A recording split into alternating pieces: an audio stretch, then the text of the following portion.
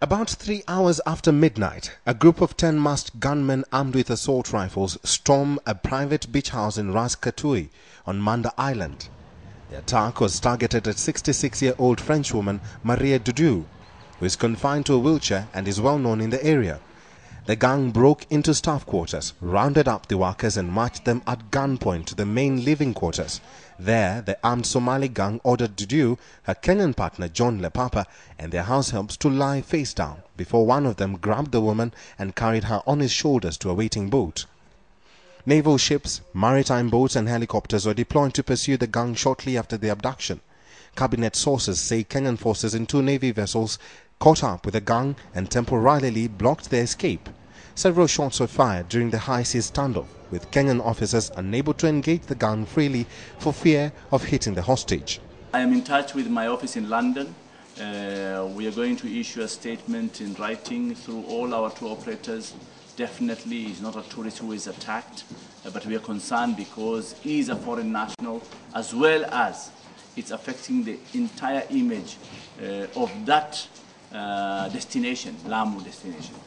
Balana's statement was followed later by another from Internal Security Minister George Saitoti that revealed the kidnappers, who were thought to be Al-Shabaab operatives, had managed to escape towards Ras Kamboni in Somalia. Unconfirmed reports suggest one of the Kenyan Navy vessels was scuttled in the battle. Saitoti termed today's incident and the attack on 2 British tourists 3 weeks ago as a serious violations on Kenya's territorial integrity.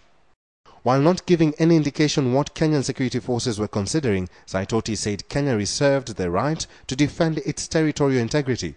Following clashes with Al-Shabaab in recent days, there are reports of hundreds of Kenyan soldiers and police officers deployed to the border preparing to enter Somalia.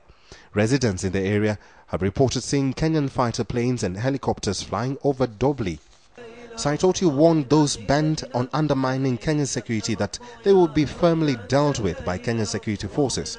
This latest kidnapping on the Lamu archipelago by gunmen with links to Somalia has heightened fears that organized criminal networks across the border are increasing their reach.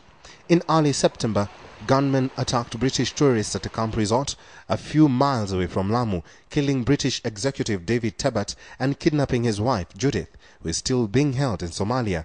Jambo kama hili ikiwa hatulichukulii kwa nguvu na pia jeshi letu liweze kuingilia na kuingia mpaka Somalia na kupigana na magaidi hawa, basi tutakuwa ni mazoea.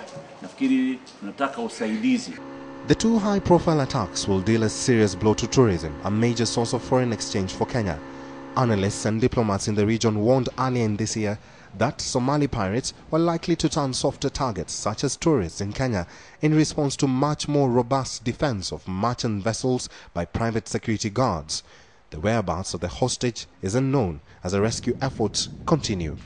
Eric Njoka, KTN Saturday Night.